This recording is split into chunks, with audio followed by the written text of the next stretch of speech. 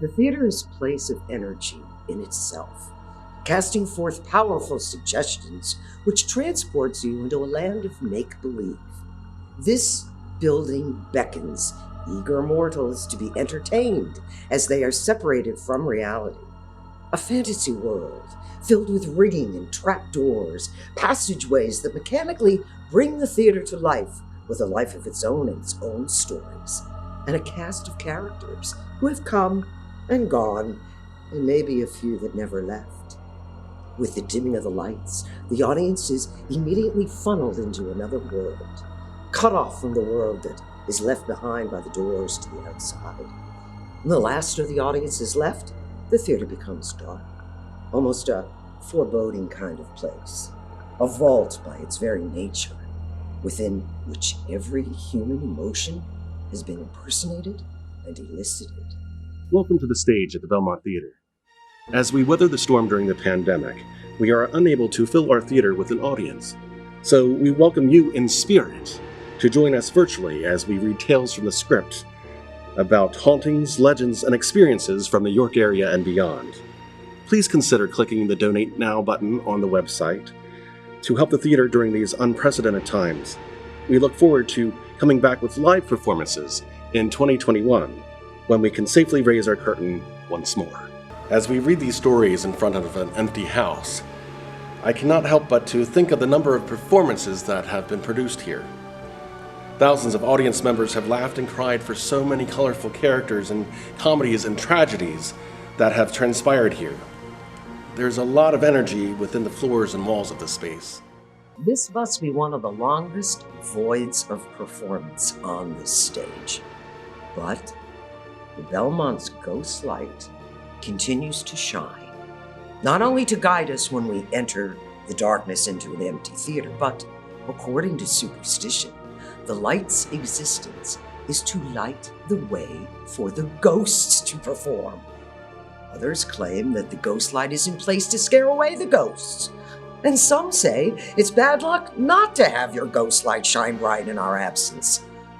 I want to think that this beacon of light symbolizes that we will return soon to live theater, and it will be better than before. But until then, let us bring on the ghosts. Or rather, ghost stories. Joining us as you nestle in the comfort of your own home, perhaps with family or friends or by yourself. Why is it that we feel safer when another human being is with us in the room after the sun goes down? All of us have experienced it. The feeling of someone or something is in the room with you. The feeling of being watched. The urge to look back over your shoulder, and when you do, sometimes you may have seen something move. You throw your head back and forth to reassure that you have seen just a shadow set in motion by the movement of your own head and eyes, indeed giving the shadow a life of its own. Shadows that you question if they are the absence of light or the absence of life. Unearthly sounds inhabit your house at sundown, settling of the foundation, you think to yourself. The wind causes many questionable sounds, as does the heat making its way through your house. Or is it something else making its way through your house? The power of suggestion can make one do something that they may not otherwise have done before. Like the shadow that has just appeared behind you.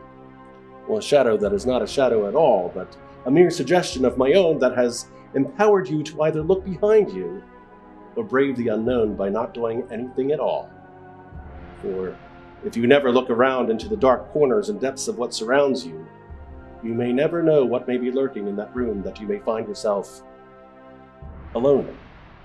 Ghost stories give us this feeling of suggestion, and although you may not like to admit it, you do gain an increased obsession to make every effort to reassure yourself that all windows and doors are safely closed and locked to prevent anything from coming into your house after hearing a chilling ghost story. Or perhaps you turn all of your lights on to prevent anything from casting shadows when it is time to go to bed. You turn off the lights from room to room, finding yourself moving faster to escape what may lurk in the dark shadows you leave behind, until you jump safely into your bed under the covers. You may later awaken to survey the room, and you question yourself if something has moved from its original spot, or if a door is open wider than before you fell asleep, or if that sound is just an animal outside, or rather something inside. Who knows what happens when your eyes are shut and your senses are busy in another form as REM sets in.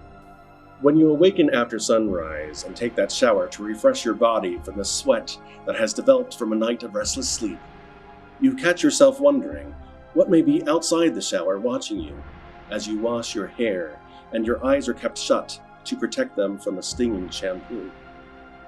What power ghost stories have over us, especially when we approach that time of year when it's said that the dead roam the earth. Halloween had its beginnings in an ancient, pre-Christian festival of the dead. Their year began to the corresponding of our November 1st. The observed festival was called Samhain, and it was the largest and most celebrated festival of the year. The Celts believed that the Samhain was the boundary between the worlds of the living and the dead, which would become blurred. The ghosts of the dead were able to mingle with the living and the souls of those who had died during the year, while people gathered to sacrifice animals and fruits and vegetables and lit bonfires in honor of the dead, as well as to aid them in their journey and to keep them away from the living. On this day, all manners of beings were abroad: ghosts, demons, fairies, all part of the dark and the macabre. Our present-day Halloween transformed from this pagan holiday, where Christians led a campaign to wipe out such ritualistic holidays. So instead of banishing the holiday altogether, they softened the holiday to what we celebrate now with carved pumpkins on our porches and wear costumes, originally done to ward off the evil spirit on All Hallows Eve, the night before the Christians worship the saints who have passed on, the night before the celebration of the dead, when the deceased would cross over and rest in peace. Once they walked among us, laughing, screaming, whispering. People knew them. People spoke to them. People took them by the hand, and people loved them. Well, today we plant the deceased in the soil, just as they did in ancient times, the custom symbolizing the returning to the soil, creating a rebirth of the soul, and later renewal. The custom of laying flowers on the grave began in Neanderthal times, as did the practice of carefully aligning the body so the corpse faced east. Well, the gravestone perhaps evolved from lying heavy stones on the grave to prevent the soul from rising out of the grave, or to prevent body snatchers from stealing the body for medical examination. In Victorian times, the fear of being buried alive led to installing a bell above ground that was attached to a string and wrapped around the fingers of the deceased 6 feet below. Well, there are many stories of being buried alive. You were lucky if you were saved by the bell, but some were not as fortunate, as witnessed when coffins were exhumed, to find the coffin lid scratched by the fingernails of the revived corpse. Maybe it is the verses that are inscribed in the stones which mark the sacred ground under which lies the remains of those who once lived among us. Well, the Low Dutch Cemetery, just outside of New Oxford, Pennsylvania, possesses one stone which has made many a thrill-seeker's skin crawl, with the following haunted verse from the grave of a Mary McDaniel, who left this earth in 1823. Stop, traveler, as you pass by. As you are now, so once was I. As I am now, soon you shall be. Prepare yourself to follow me. They say if you go beyond the stone wall at the rear of the cemetery, you will never return, or if you lie on the grave face down at midnight, the corpse from below will suck you into the depths of their graves. There's another cemetery in Huntington Township, Adams County, where the corpses may not wish to suck you into the hollow ground, but rather suck your neck. Does Barnabas Collins roam the woods of northern Adams County at night? In a cemetery not too far from there, members of the Collins family rest in peace. or at least for hundreds of years they rested in peace. And then in 1960s comes a television show called Dark Shadows. If you remember that afternoon soap opera, you'll recall that the main character, Barnabas Collins, liked to suck the blood from the neck of lovely ladies. His tombstone has since been stolen by vandals. Many remember that his grave was alone under a tree. Perhaps the family outcast? Today, the only remaining tombstones belonging to the Collins family in this graveyard are Elizabeth, the matriarch of the family in the series. Many have pondered if these are actually the graves of the infamous family. Well, the Collins family gravestones are etched with the symbol of a bat. The alternate form of a vampire? Coincidence? Who knows? Who knows what lurks in the depths of the earth, unknown to man, lurking in the dark shadows. As their decaying bodies lie there, beneath the crumbled soil, their soul crosses over to the other side. But what happens to those unfortunate souls that cannot cross until their spirit is truly at rest? From the dark shadows of the grave come tormented, restless souls. They walk the earth for eternity, cursed from a life of troubled times. They may be looking for something, or they may repeat the actions that they did in life, or torment those who dwell where they once lived.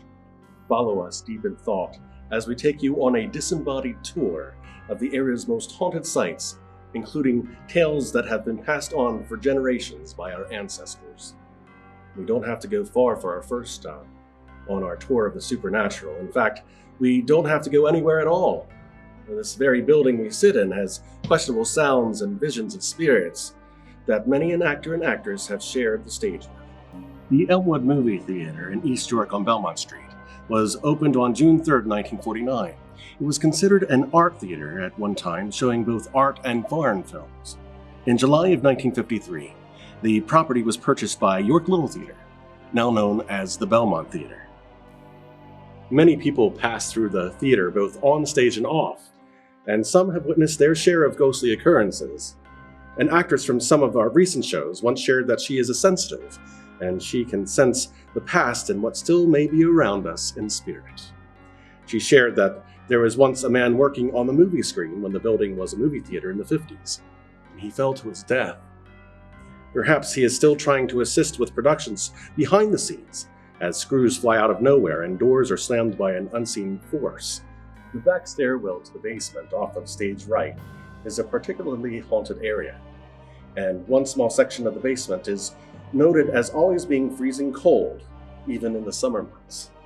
There is also a young boy who has been seen running around the halls and on the stage. The boy was very active when the theater produced the musical Tommy.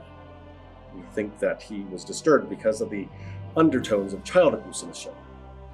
Another production that had a lot of ghostly activity was a version of A Christmas Carol, with the subtitle, A Ghost Story of Christmas. Well, this version was a bit more scary than the original and featured additional ghosts, including dancing ghosts. Maybe other spirits were dancing among them without the cast knowing.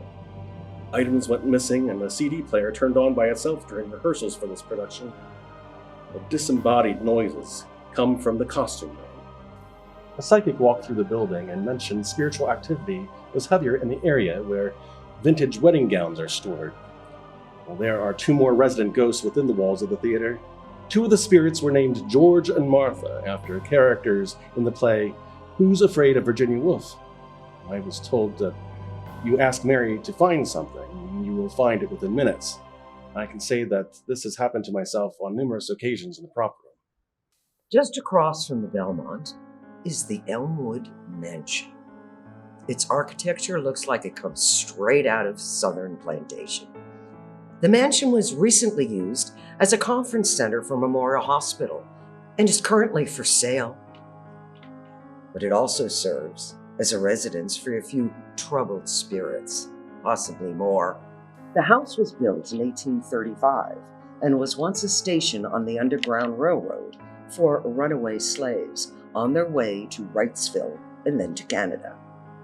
Former residents have experienced quite a few disturbances, including shrieks and moans, knocking on a fireplace mantel, doorknobs turning, men's voices heard in empty parlors, doors opening by themselves, shadows moving across the walls, and a full apparition. The only ghost that appears as a full apparition is the Gray Soldier. Perhaps this is a Confederate soldier who saw the mansion on his way to Gettysburg, and it struck him hard, reminding him of the home that he hadn't seen in years. Or maybe he was killed in battle, and it's his spirit that returns to the last place that reminded him of home. In the upstairs room, footprints appear and start in the middle of the room and then disappear into the wall. This is emphasized by regularly vacuuming the plush carpet in the room. The Gray Soldier has also been known to make his way downstairs, out the front door, and leaving the front door wide open. The hoop-skirted lady is reportedly a woman who is seen on the 3rd floor. There have been several sightings of the spectral shadow running from room to room. You can hear her skirt rustle in the air as she moves by. Many have seen the face of a young woman materialize in the stained glass window on the stairway that leads between the 1st floor and the 2nd floor. Employees of the conference center have seen several pots of coffee turn themselves on and off. Items fall out of previously closed cupboards, and a tick-tocking sound comes from where there once was a clock years before. The mansion has been literally moved since the resident spirits were living there. In 1905, in front of crowds of curious onlookers, the Elmwood Mansion was set upon greased logs and actually moved by mules 2 city blocks from where the Memorial Hospital stands today to its current location. The ghost stories didn't begin until the 1920s. Paranormal activity is often stirred up during renovations of buildings. Perhaps the spirits needed to be shaken up a bit to emerge and make themselves known. We now travel north to Spransbury Township off of Locust Road, where Camp Security was a prisoner of war camp from 1781 to 1783. The prisoners at the camp were taken at the Battle of Saratoga in New York and at Yorktowne, Virginia, after Lord Cornwallis's surrender. About 1,500 prisoners, guards, and their families lived there. Many died in the camp. Especially rough was the winter of 1783, when fever swept the prison. The dead were buried in a valley outside of the camp. This became the site of the first ghost story that tells of phantoms of dead British soldiers arising from the graveyard every Christmas Eve. They returned to mock their commander for losing the battle that caused them to become prisoners and eventually meet their death at Camp Security. The camp closed after the war, and many of the prisoners stayed in America or moved to Canada or back home, but it's said that several have stayed behind. There's a trail that leads through the woods, and many sightings of spectral soldiers have been seen there at night, prisoners who can never escape.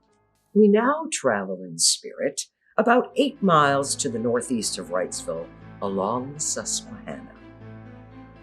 The Accomac Inn once served fine food and spirits, but one might not have planned on the variety of spirits that they have witnessed at the inn over the years. The Accomac Inn rests in an alcove carved in a hill which descends into the depths of the breathtaking Susquehanna River with a view to die for. Anderson's Ferry Inn was opened in 1775, 45 years after a ferry was established between what is now Marietta and the inn. It was during the Civil War when John Coyle Sr. purchased what is now the vacant Accomac Inn. He continued to operate the ferry, and his wife tended the inn. Their little boy Johnny was about 9 when the Coyle family took over the establishment. Little Johnny never did well in school and was known to have fouled up the family ledgers from time to time. But what Johnny did know was the Susquehanna River. He was the best ferryman of his time, and he would soon be known for much more than that. Soon, terrifying tales of what Johnny was about to do would be on the tip of every man's tongue throughout the entire state of Pennsylvania. Johnny began his descent to hell when Emily, or Emma as she was known, was hired to assist Johnny's mother, who was growing feeble and riddled with rheumatism. But Johnny was quite taken by Emma's demeanor, her beautiful raven hair and her alluring steel gray eyes.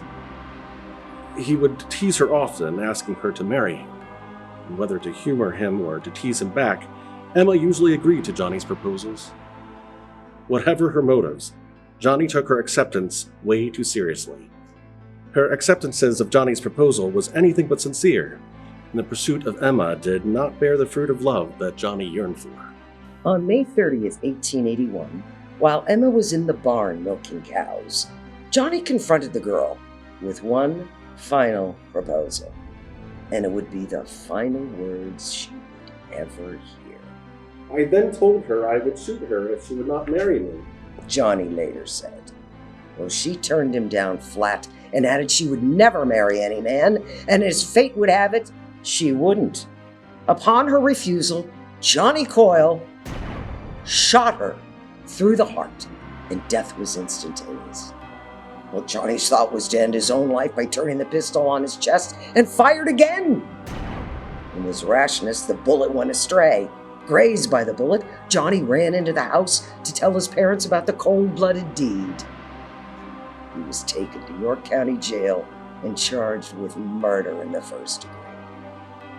On October 19th, 1881, Johnny Coyle was brought to trial, and on the advice of his lawyer, Johnny pleaded not guilty because of a weakened mind.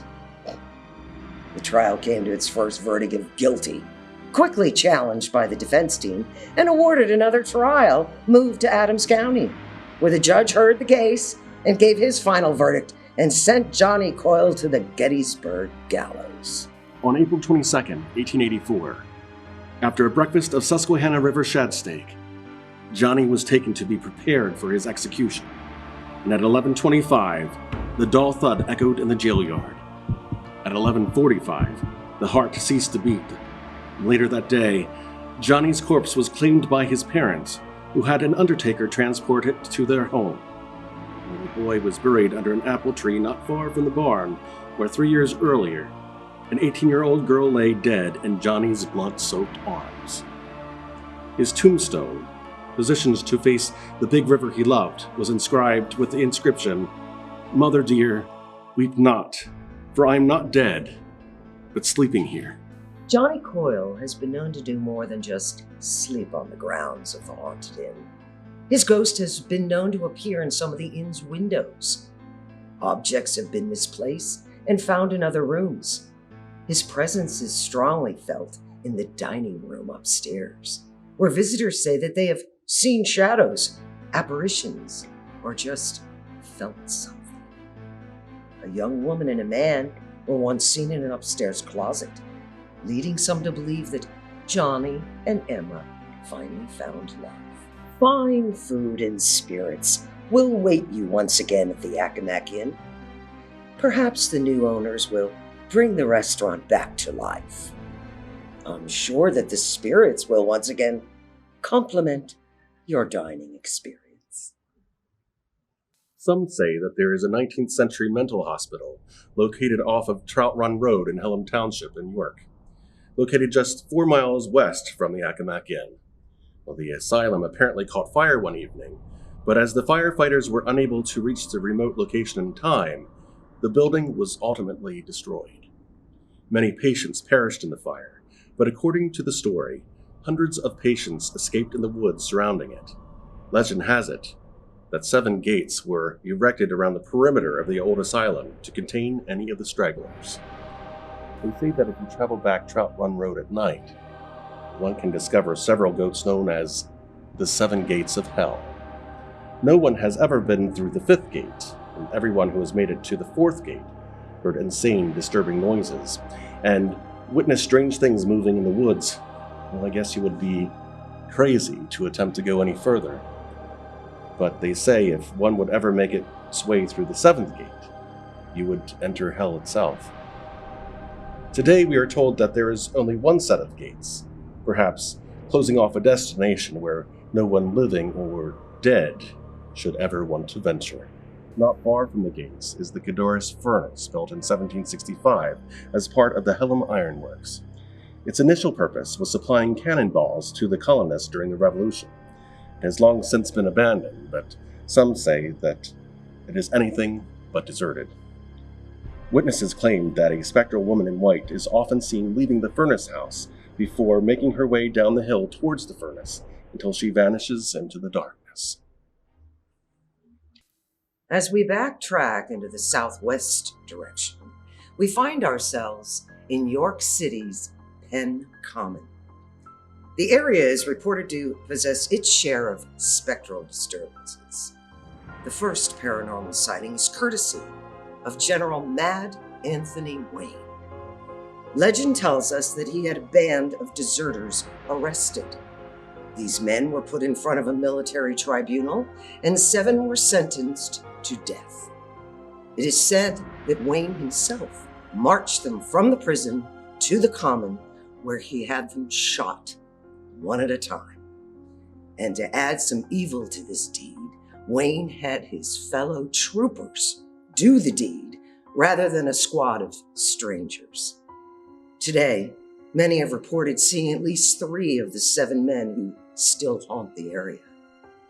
Penn Common once housed a field hospital that treated 14,000 wounded troops from Gettysburg. Passers-by have observed the apparitions of a surgeon and a nurse, perhaps looking to help their next victim or patient. Some say that the Continental Square is paved directly over a number of corpses. Their bodies were once unwittingly revealed by road workers who were paving the area, but their bodies were left undisturbed to rest in peace. Today, the apparitions have been seen on the square, as well as the underground beneath the square, which once housed comfort stations with pay-to-use restrooms, showers, a barber shop, and a shoe shine. Just up the road is the Yorktowne Hotel, and when it opened in October 1925, the stylish Italian Renaissance Hotel had 198 guest rooms. The hotel is currently being renovated, but in the 1940s, there's a story of an elderly gentleman who checked into the hotel. He was quite tall and became a semi-permanent resident on the 8th floor, and lived there until he became ill and was hospitalized. On the deathbed, he mentioned that he would miss all of his friends at the Yorktowne. Legend has it that after his death, he returned to take permanent residence in the historic hotel. Over the years, guests have reported seeing a tall shadow or apparition on the 8th floor, sometimes vanishing into a wall where there once was a door to enter the deceased gentleman's residence. The former York County Courthouse is just a short walk away. This 1840 building was renovated recently and is now the administrative center. But in 1928, the old courthouse had its moment in the sun when the attention of the world was focused there for an infamous witch trial. But we'll get to that later. It is said that 2 spirits haunt this building. One is a judge that travels between his old chambers, courtrooms 1 and 2. The other is a prisoner who committed suicide in the basement where the jail was. Perhaps the judge is still waiting to try him. We now travel 4 miles northeast to the former residence of William Goodridge on East Philadelphia Street. William Goodridge is one of the most important historical figures in York County.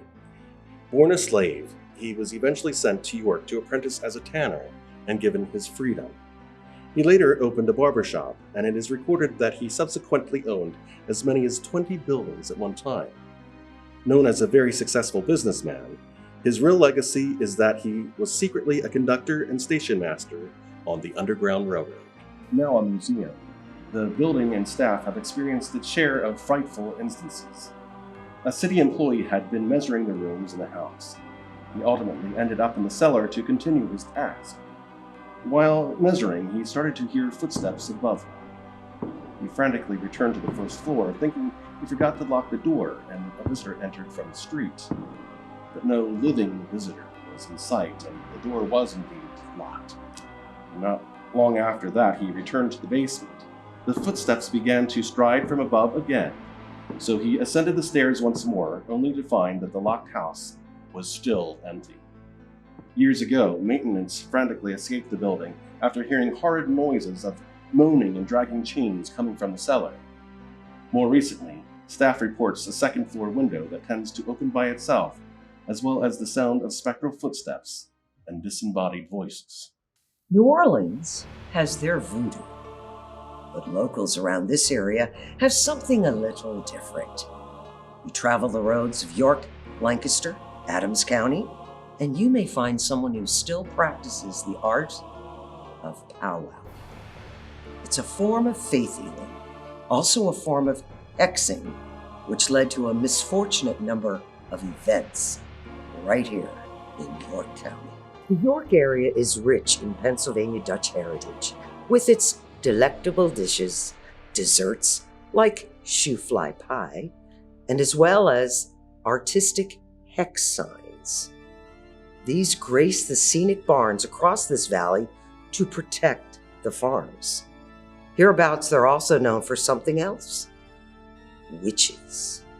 There was Nellie Knoll, the Susquehanna River Witch, and Mountain Mary over in Bucks County, and even as late as the 1960s in Hanover.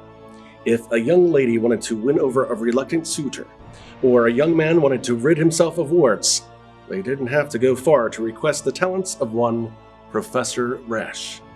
To cure a cold, this must be strictly attended to every evening. Whenever you pull off your shoes and stockings, you run your finger between your toes and you smell it.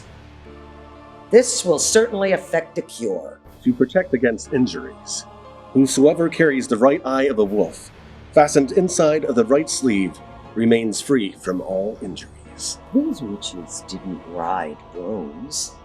They didn't gather in circles under a full moon. No. They said words. Divining wand, do thou keep that power which God gave unto thee at the very first hour. God, hold thy nose to the ground. God has made me and thee hound. Dirty plates, I press thee, wheel in the eye, do flee. The Pennsylvania Dutch witches were faith healers. They were known as powwow doctors, or to the Dutch, Brouwtje. They believed that they were given their supernatural gifts from the Almighty through Christ's hands. And the book upon which they placed their faith? The long-lost friend. Whoever shall be in possession of this book shall be free from all harm. But to truly have the power of the book, it must be passed down from one generation to another, from mother to son, father to daughter. About 13 miles south of the center of the city of York, along the Codorus Creek, there is a hollow where, in November of 1928, John Blymeyer, John Curry, and Wilbert Hess ventured into the dark of night to visit a witch. You see, Blymeyer had a problem. He had been hexed. He was bewitched, put under a spell. He lost his job, his newborn son had died, his wife left him, and if that wasn't enough, Blymeyer was a powwow doctor himself and had lost all power. After conferring with witches across south-central Pennsylvania, Blymeyer finally visited the River Witch, Nellie Knoll. I know who bewitched you. And she handed him a $1 bill. Take a good look at the picture. Blymeyer stared for some time, and suddenly the face on the dollar changed from the face of George Washington into the face of one Nelson Rehmeyer. Go and get the book. He knew what he must do. He had to take the power away from the man he believed had bewitched him. He had to obtain Rehmeyer's copy of the spellbook, The Long-Lost Friend, and burn it. He was also instructed to cut a lock of Rehmeyer's hair, then bury it deep within the ground, 6 feet under. Like a good ghost story, it was truly a dark and stormy night when John Blymeyer and Wilbert Hess made their way to Rehmeyer's Hollow in search of the witch's long-lost friend. According to the court records, they were invited in, but never did retrieve the book. The two spent the night, and Blymeyer tried every spell he could to think of to overcome Rehmeyer's hex on him, but nothing worked. They decided to come back the next night with 14-year-old John Curry to assist in retrieving the items. The next night, on Thanksgiving Eve, they returned, and as the bright moon lit their path in the hollow that fateful night, they returned, and Blymeyer proceeded to ask Rehmeyer where the book was. And when Rehmeyer didn't answer, he struck him to the floor and pulled out his pocketbook. But that was not the book that Blymeyer attempted to want, and so he cut a lock of his hair. But the struggle was too much for Rehmeyer, and when the fight was over, 1 minute past midnight, the witch of Rehmeyer's Hollow lay dead. They lit the house, hoping to burn the book and destroy the evidence, but the intense heat was too much. It didn't burn Rehmeyer's body, didn't burn the book, cementing Blymeyer's belief that his victim was, in fact, a witch. The house clocks were reported to have stopped at 12:01 a.m. that Thanksgiving Day. Time magazine wrote that black cats are scarce in York County, for a favorite way of making one's peace with the devil is to plop one into boiling water, keeping the last bone for an amulet. Reporters from across the nation and around the world flocked to York, creating a mass hysteria over powwowing practices in the county. They tried the three men, and Hess and Curry served 10 years. Blymeyer's life sentence was cut short when he was pardoned in 1954. The practice of powwowing continued. Some say it continues today. Put an old diaper on a newborn child, or it will become a thief. Place a horseshoe with nails in it in a child's cradle for good health. Raindrops on a child under 1 year will cause freckles. To cure bedwetting, have the child piddle into a grave covered over that day. Wash freckles with dew on the 1st of May. To stop a nosebleed.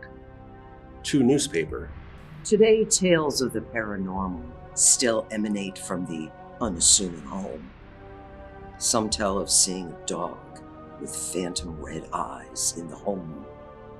Others claim to see shadows in the trees around Rehmeyer's house. Some have even seen UFO sightings. Look from afar, but don't touch the simple 2-story home. It's on private property, but perhaps what is very compelling is the fact that if you throw stones at the house, the stones come right back. The culprit? Apparently the house itself. So, friends, keep a wary eye when traveling our area hills and hollows. Be ever so vigilant. Remember to choose your friends wisely. And wherever your friends may roam, remember this. Always keep your long-lost friends close to your heart. If there's a will, there's a way. Let us now travel southeast outside of Abbottstown in Adams County, where a large stone house was built in the early 1800s, which contained a second-story chapel called the Mass House. A childless couple with the last name of Brandt resided in the Mass House, which is now the Paradise Rectory. When the husband, Frederick Brandt, died, he left money in his will for a school to be built. The school was built as willed and is now known as the Paradise Protector. When the wife, Magdalena Brandt, passed away in 1840, her will stated that the foundation of a church must be laid within 2 years of her death, or the willed money would go back to the general estate. She left the amount of $266.66 to the Conewaga Chapel to build a church next to the property. The chapel neglected to build within the willed 2 years, and Magdalena Brand's spirit returned to haunt the Mass house. Father Lepe kept his vestments in the corner cupboard. Many times the priest was awakened by his covers that would be violently snatched from him, and his vestments were removed from the cupboard and strewn all over the floor. The spirit of the little old lady, Magdalena, was said to jump out of the cupboard when the doors were opened, and Father Steinbach, who succeeded Father Lepe, did penance and fasted in prayer to exorcise the cupboard and took it down into the basement, where it remained for over 100 years. The church was soon dedicated to the Immaculate Heart of Mary in 1845, 3 years after the time that Magdalena willed for the foundation to be built expired. Families that later lived in the house complained of unearthly noises. Some noises were so overbearing, a family had to move out. A family by the name of Mailhorn lived in the house between 1909 and 1919. Mrs. Mailhorn was said to use the once haunted piece of furniture as a jelly cupboard, with no further disturbances. People would come from as far as Baltimore to see the haunted cupboard and stay overnight in the haunted Mass house. Mrs. Mailhorn was known to oblige these visitors and put them up for the night. But it wasn't until the 1960s when the cupboard was brought out from the basement to be reduced for kindling and thrown on the woodpile when the hauntings returned. Covers were mysteriously thrown off the bed, horrifying noises were heard, and doors mysteriously opened. The cupboard was then brought back into the house, and the covers remained on the bed thereafter, and the haunting stopped. The cupboard is now in the Adams County Historical Society in Yorktowne, and has not been haunted ever since. Perhaps Magdalena is finally at rest. Not too far from the Mass house, you'll find a road named after a gruesome murder in Pigeon Hills. There once stood a sign that read the name Murder Hollow, which would send chills down the spines of many a youngster returning to town after dusk. On December 7th, 1878, a girl in Pigeon Hills was returning home from a singing when she met her fate on a wagon path between Abbottstown and Mowlestown. Annie Herman was found 400 yards from her own home in a pool of blood. Her head had been beaten and caved in by a club, and a bullet was lodged in her brain. A stump not 350 yards away was found to be the site where the murderer cut the club to end Annie's life.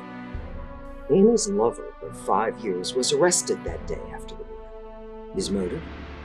He wanted to marry another woman and was told that Annie was pregnant with his child. But the man was not convicted because the bullets used in the murder didn't match the gun that he had in his possession. But in 1970, someone found a gun in a hollowed tree in Murder Hollow and showed the gun to a collector who refurbished the piece. Some say that it's the weapon that may have been used to kill Annie Herman. In the time of horse and buggy, it is said that buggies come to a violent halt of the horses that refuse to go any further into Murder Hollow. A ghostly white figure will materialize in their path. This low-lying piece of land has many locals run through the area in a hurry to escape harm. What keeps the spooked horses from going any further on the wagon trail? Is it the tormented spirit of Annie? Or is it the unconvicted murderer looking for another victim? The Pigeon Hills scream with legends that run through those parts. A headless horseman, a wagon driven by a ghostly specter, a wild cat, hungry and on the prowl. Oh yes, and Murder Hollow. Run. Run as fast as you can if you find yourself in the hollow of the legendary Pigeon Hills. These parts have experienced its share of tragic events, as history claimed lives through hardships dating back to the Revolutionary War. York was the nation's capital for 9 months after the British forced the Continental Congress out of Philadelphia. These founding fathers found a small town of women and children barely fed themselves due to shortages of food created by the war effort. The women took the men in and cared for them, coming to their aid for the good of their infant country. less than 100 years later. The Civil War delivered an overbearing hardship to the small town of Gettysburg, about 30 miles southwest from York, where 172,000 soldiers took over the soil and claimed the lives of 51,000 soldiers in that short time span of just 3 days. The locals once again came to the aid of their fellow man, and no matter if they were Union or Confederate, they brought the wounded into their homes, their living rooms, their schools, and their churches, pitching in when and wherever they could. 12,000 dead and dying were found in the streets of Gettysburg alone. Is it any wonder that thousands of tormented souls are said to walk the fields and streets and in the houses of Gettysburg, where such a saturation of tragic events occurred in that short time span of just 3 days, and 51,000 soldiers lost their lives for what they believed in? The Farnsworth House on Baltimore Street now houses a crowded arena of spirits that relive the hell from 1863. Among the apparitions that haunt this bed and breakfast is a ghost of a woman named Mary who roams the halls. There's a man sobbing on the upper floors. A young boy died in the house. 3 Confederate sharpshooters are still at their post on the garret. A soldier who sings to calm his dying comrade in the cellar. Among those, totaling at least 14 different spirits, make the Farnsworth House one of the most haunted inns in America. Visitors have reported seeing shadows move across walls, experienced cold spots, actual touching and tugging of hair, as well as items moving from place to place. And not only have items been misplaced, but one female guest claims that she laid her child on the floor to change his diaper. She turned around to get some powder, only to find her baby was lying safely on the bed as she turned it back around. There is a very caring spirit of a lady named Mary who took care of the wounded soldiers when the house became a hospital during the battle. I am sure she wanted to move the baby to prevent him from getting pneumonia, a common cause of illness and death for infants in the 19th century. The comforting scent of roses can be smelled in the house when Mary is present. One of the spirits of the mortally wounded comrade, who was brought here by Lieutenant Jackson, who occupied a house across the way. Envision Lieutenant Jackson risking his life, dodging whistles of gunfire as he crosses the road, carrying the mortally wounded comrade into the Farnsworth House. Imagine the agony as the soldier is carried down the cellar stairs, his open gut racked with pain at every boot fall. The soldier then was taken into the catacombs, where Lieutenant Jackson comforted him by singing a haunting tune. Just before the battle, Mother, I am thinking most of you. While upon the fields we're watching, with the enemy in view. Comrades brave around me lying, filled with thoughts of home and God. For well they know that on the morrow some will sleep beneath the sod. Farewell, Mother, you may never hold me to your heart again. But oh, you'll not forget me, Mother, if I'm numbered with the slain. On separate occasions, people have witnessed the door to the cellar unlatch and unlock itself, followed by the sound of the boot falls descending the stairs to within the catacombs. Shortly afterward, a voice of a spirit of the mortally wounded comrade can be heard humming that tune, remembering what the lieutenant did for him so many years ago. 2 separate psychics have sensed and described this act of compassion in great detail. One psychic even sounded out the name Jackson. You can dine in the dimly lit dining rooms, and be served such Civil War-era dishes as game pie, peanut soup, and spoon bread. A delightful treat and a living history lesson of how life was back in the 19th century. But be careful not to look too deep into the corners, for you may get more of a lesson than you bargained for. Some of the 14-plus spirits that occupy Farnsworth House just might give you a history lesson that is not quite so living. For these spirits feel they are still in the 1800s, reliving the tragedy that tormented them well over 100 years ago. Another historical place that is known to give a few scares is Gettysburg College. This great institution has existed through the Great Battle of Gettysburg and has endured many stories that have been passed on by college students, faculty, and staff. Pennsylvania Hall houses the administration building. 2 employees were taking an elevator to a floor, and all of a sudden the elevator took them to the basement. As the doors opened, the 2 women witnessed the gruesome scene of Civil War surgeons amputating the legs of fallen soldiers. The surgeons looked up at the ladies with a look of despair and returned to the procedure that was repeated so often in these makeshift hospitals. The ladies were desperately pushing buttons to get the elevator to get them to a higher floor. These 2 employees never returned to the basement again, which is now a storage area. No one has ever seen again the ghostly reenactment of one of the most painful activities in the Civil War. And yes, this building was indeed used as a field hospital during the Battle of Gettysburg. Not too far from Pennsylvania Hall is Stevens Hall, a dorm on the Gettysburg College campus.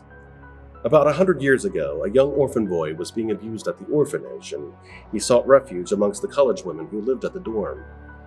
One cold, snowy night, the headmistress came to check on the girls, so they hurriedly hid the boy outside their window on the ledge. The headmistress, taking her time talking to the young women, finally went back to her room. The girls frantically ran to the ledge, only to find that the boy was nowhere to be found. They went outside to see if he had fallen, but there was no sign of the boy hitting the ground. To this day, the blue cast face of a boy sometimes appears outside the window of Stevens Hall, with the words, "Help me," written on the outside of the window where frost accumulates. Throughout Gettysburg, there is an array of hauntings, including the Cashtown Inn, where a soldier has been seen and photographed. He has a particular fancy with knocking on door number 4. His footsteps can be heard in the attic. The National Orphanage Homestead housed orphans during the war. The cellar echoes with the sounds of children crying and screaming. The Weichert House, the stone building located in the middle of the battlefield, is reputedly haunted by the spirits of soldiers that are hiding in the cellar and in the attic. Paranormal activity doesn't limit itself within the confines of the building. There is not one area of the battlefield that has not produced some evidence of ghostly activity. Entire battles have been observed by many visitors. According to historical records, a Civil War photographer lugged around a body of a Confederate soldier and took pictures in various locations on the battlefield. He left the body at a large set of boulders called Devil's Den, within what historians call Triangular Field. Many have trouble with cameras at this location. Cameras simply will not operate. A careworn soldier with a slouch hat makes himself known to visitors in this area. Many think he is a reenactor until they look back, and he is gone. Entire regiments, or phantom regiments as they are referred to, have been seen and heard bellowing their infamous yells. Another mysterious phenomenon is the change of temperature that a thermometer will read when touring the Gettysburg National Military Park. A temperature of 20 will rise to 60 degrees. though the temperature still feels like the actual 20 to the human touch. The temperature will gradually decrease as the vehicle exits the park. The heat of battle still moves throughout Gettysburg that changed the area forever, creating widespread recognition of a small town of just 2,300 people at the time of the Civil War. These fallen soldiers will certainly never be forgotten, and they will make sure they never will. We now travel east about 25 miles to one of the southernmost towns in York County. Our last stop, Hanover, Pennsylvania, which certainly has its share of frightful occurrences. Well, there's a house on Stock Street that a young couple and their son moved into because they fell in love with its character. Not knowing what character may cause a rocking chair to rock back and forth by itself. Well, a brother and sister lived in the house for many years, and after the brother died, the sister decided to move. When the young family moved in, boxes of items and remnants of the previous owners remained in the attic, including a rocking chair, and apparently one of the members of their family. The young son of the couple that just moved in complained of a man that would come into his bedroom every night. The boy would sleep with the covers up over his face to shield himself from the image that visited him. The couple went to the attic to investigate some noises to find the rocking chair moving back and forth. These incidents got the best of the mother, who found the courage to simply ask the ghost to leave. "We know you love this house," she said. "We love it too, but we wish you would leave because you're scaring our son." Well, that wish was all it took for the spirit to leave the house, and nothing happened again to this very day. Built in 1896 by Captain Eichelberger to house a military academy, the current Eichelberger Professional Building was later donated to Hanover to be used as their first Hanover High School. After being utilized as a senior high school and then later a junior high school, the building was then renovated to what it is today, transforming classes into offices and most recently reviving the theater to once again echo with music of traveling acts booked by management. Captain Eichelberger may still be overlooking this building, as stage curtains ripple on their own, shadowy figures are seen in the aisles and the balcony, and unearthly noises have been heard throughout the theater. But these occurrences are mild compared to what happens at the other end of the building. Maybe some spirits aren't as happy for what has been done to their gymnasium, which is now sectioned off to create a number of offices. Well, tenants have experienced a variety of unexplainable circumstances, including doors that would close behind them, articles that would move before their eyes, noises of rattling keys, a dark figure that appears on the second and third floors, and visions of apparitions that move swiftly by them, being caught out of the corner of their eye.